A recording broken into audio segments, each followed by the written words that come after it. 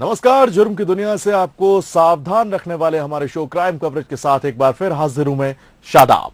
Indore police ने collector कार्यालय में काम कर रहे एक फर्जी कार्ड बनाने वाले गिरोह का पर्दाफाश किया है और अब अंदेशा जताया जा रहा है कि इस गिरोह ने बगैर किसी जांच पड़ताल के पाकिस्तान और बांग्लादेश के नागरिकों के भी राशन कार्ड और वोटर आईडी कार्ड बना दिए थे। जिन 4 अहम लोगों के हाथ में कार्ड बनाने का जिम्मा था वो अब पुलिस रिमांड पर हैं। कलेक्ट्रेट में चल रहा था फर्जी राशन कार्ड और वोटर आईडी कार्ड बनाने का गोरख धंधा, जिसमें एक नहीं कई लोग शामिल। और जिस तरह की जांच शुरू हुई है उसने उड़ा दी है कई लोगों की नींद। फर्जी राशन कार्ड बनाने वालों ने देश की सुरक्षा का किया सौदा। पाकिस्तानी और बांग्लादेशियों के बना दिए कार्ड। जी हां, मामला गंभीर और सनसनीखेज है और एटीएस को भी ऐसा ही कुछ अंदेशा है। पुलिस ने मंगलवार को कलेक्टर कार्यालय पर छापा मारकर फर्जी voter ID card, ration card और दूसरे सरकारी दस्तावेज बनाने वाले गिरोह का पर्दाफाश किया था। गिरोह के 18 सदस्य पकड़े गए थे। शुरुआत में तो पुलिस इनसे पूछताछ कर रही थी। पूछताछ के दौरान ही पता चला कि बगैर तस्दीक किए ही कई लोगों के कार्ड इन्होंने बना दिए हैं।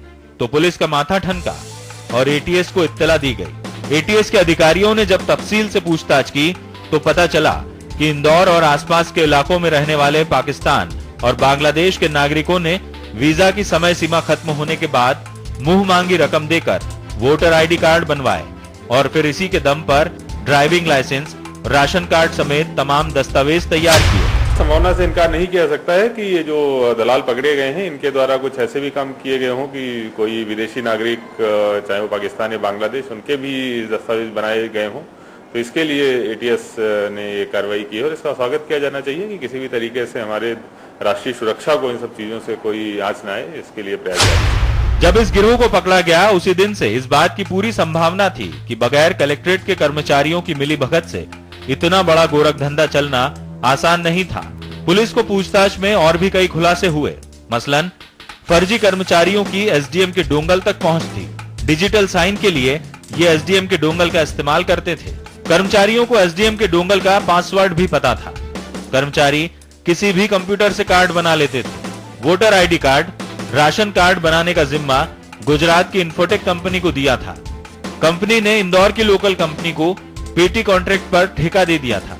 लिहाजा रावजी बाजार पुलिस एक बार फिर कलेक्ट्रेट पहुंची ज्यादा सबूत जुटाने। इंदौर के कलेक्ट्रेट में पकड़ाया फर्जी दस्तावेजों का मामला कोई छोटा मोटा मामला नहीं है। एटीएस यहां पहुंच चुकी है और इससे अंदाजा लगाया जा सकता है कि इसके तार किस तरह अंतर्राष्ट्रीय आतंकवादियों से भी जुड़े हो सकते हैं। इस वक्त मैं हूं निर्वाचन शाखा के कमरे में जहां पर दस्तावेज जब्त किए जा रहे हैं और जहां पर आप देखेंगे ये जो कंप्यूटर है इसी में है वो सारा डेटा जिसमें फर्जी वोटर आईडी कार्ड बने थे। हालांकि अभी तक पुलिस किसी नतीजे पे पहुंची नहीं है, लेकिन एटीएस के पहुंचने से साफ लगता है कि शायद इन्हीं कंप्यूटर में दर्ज होंगे वो पाकिस्तानी और बांग्लादेशी जो फर्जी तरीके से इंदौर से वोटर आईडी कार्ड बनवा रहे थे। मध्य प्रदेश पहले भी अबू सलीम के मामले में, फर्जी पासपोर्ट बनाने के मामले में चर्चित रह चुका है और ऐसे में आशंका से इंकार नहीं किया जा सकता कि यहाँ पर और कोई गड़बड़ झाला ना हो। पुलिस की कार्रवाई बड़ी मुस्तैदी से चल रही है और क्राइम ब्रांच के साथ साथ प्रशासन की टीम भी लगातार यहाँ पे एक्टिव है, लेकिन फिलहाल ये नहीं पता लगाया जा सकता और अधिकारी इस बारे में नहीं कह पा रहे हैं कि आखिर कैसे उन लोगों तक पहुंचा जाएगा जिनके कार्ड फर्जी तरीके से यहाँ पे बन चुके हैं। अब इन खुलासों के बाद सरकारी कर्मचारियों की मिलीभगत भी उजागर हो रही है।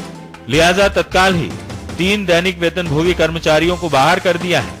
साथ ही गुजरात की इन्फोटेक कंपनी को भी ब्लैक लिस्टेड करने की तैयारी है। जिस दिन पुलिस ने कार्रवाई की थी, अधिकारी बयान देते नजर आए थे कि इस गिरोह ने जो कार्ड बनाए हैं वो किसी काम के नहीं है, लेकिन एटीएस की पूछताछ ने पुलिस और प्रशासन के होश उड़ा दिए हैं और अब पुलिस कह रही है कि फर्जी दस्तावेज बनवाने वालों का पता लगने पर कार्रवाई की जाएगी। कुछ लोग हमारे जो यहाँ पे दैनिक वेतनभोगी थे, तो हम 2-3 का उनका टर्मिनेशन का और उनका आदेश हमने निकाल दिया है। दूसरा जो गुजरात इन्फोटेक थी उसके खिलाफ हमने लिख दिया है कि इनके खिलाफ जो है कार्रवाई की जाए और इनको ब्लैक लिस्ट किया जाए। इसके अलावा हम लोग कुछ अपने सिस्टम में चेक्स एंड बैलेंसेस लगाने के लिए भी हमने एक मीटिंग बुलाई है। अभी तुरंत इसके बाद मीटिंग चालू होगी। उसमें हम देखेंगे कि कौन से हम लोग प्रोएक्टिव मेजर्स ऐसे अडॉप्ट कर सकते हैं जिससे इन चीज़ों पे पूरी तरीके से नकेल कर दी जा सके। जो फाइनल लिंक हैं इसके केस के वो हम लोग इंट्रोगेट कर रहे थे कि एग्जैक्टली कैसे प्रक्रिया रहती है, क्या करते हैं और क्या सिस्टम्स बने हुए हैं। जो आरोपी हैं, जो उनके पास जिनको अभियुक्त को अभी पकड़ रखा है, वो लोग कौन कब से पदस्थ है, उनका क्या काम रहता है, किस तरह से फंक्शन होता है वहाँ पे, इन सब चीज़ों के बारे में पूछताछ कर रहे हैं। जी ATS जवान आए थे कल पूछताछ करने में, वो अपने इंडिपेंडेंट फंक्शनिंग करते हैं, वो मेरे ख्याल से ATS के लोग बता पाएंगे। इस खुलासे के बाद कलेक्ट्रेट में सन्नाटा पसरा हुआ है। ना तो दलालों का शोर है और ना ही वैसी भीड़। तो क्या माना जाए कि काम केवल ये फर्जी कर्मचारी ही कर रहे थे और जो सरकार की तरफ से मोटी तनख्वाह ले रहे हैं वो केवल दिखावा करते हैं।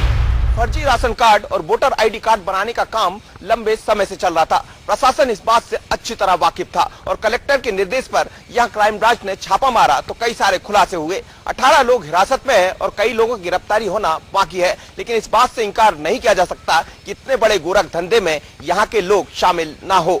पर ATS के हाथ में लेने से ये जाहिर है कि इस पूरे घटनाक्रम के तार, इस फर्जीवाड़े के तार देश ही नहीं बल्कि पाकिस्तान और बांग्लादेश से भी जुड़ सकते हैं। वसीम और पुनीत के साथ मनोज सैनी, बंसल न्यूज, इंदौर।